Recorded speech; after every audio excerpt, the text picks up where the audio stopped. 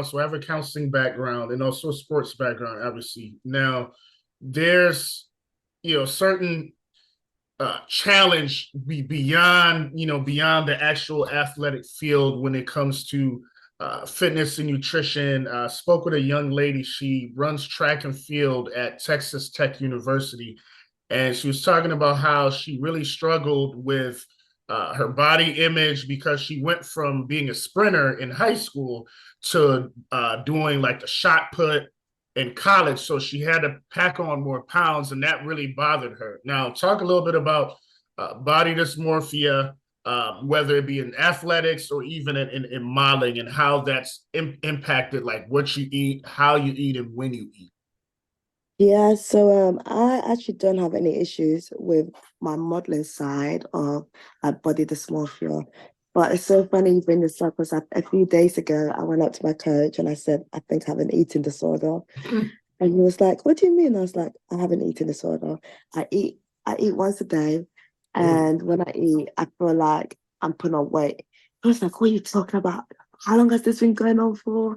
I was Mm-hmm. like, since November and maybe October, November. And he was like, we need to get you help straight away. And in athletics, everyone has different shapes, different bodies, different Mm-hmm. everything, right? For me, I struggle to get abs. I mean, I don't have Really? a big, I know, right? I don't have a big belly. I have a very slim, like a very flat stomach Mm-hmm. and maybe one or two abs. But like it's not compared to like some of the athletes that I train with because they have like flat belly and like really like proper six definition of six packs. Hmm. And I don't have that. So I was like, what am I doing wrong? Am I eating too much? So I just started comparing my body to a lot of the people that I train with and a lot of people that I compete with.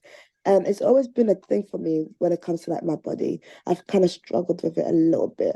And so now my coach has, told me where I can get help and stuff. So I'm now about to start getting help. I spoke to one of my training partners as well, who went through the same thing. And he was just like, listen, the best thing is therapy. So again, I'm looking into it. But it's very hard not to have body dysmorphia when you do sports, I think, because Okay. of just comparing your body to other athletes and other athletes developing their body differently to yours, and you thinking because we do the same thing we should all have the same body type, Mm-hmm. and obviously that's not right because we all have different genetics, different Mm-hmm. everything, like so yeah. No, definitely appreciate you sharing. And interestingly, the same way like you might, admire a competitor or a teammate's abs, they might look at you and admire maybe your calves or your quads, and you Yeah, just don't know. So yeah, it's exactly. interesting. It's like it's a whole different things going on in the mirror.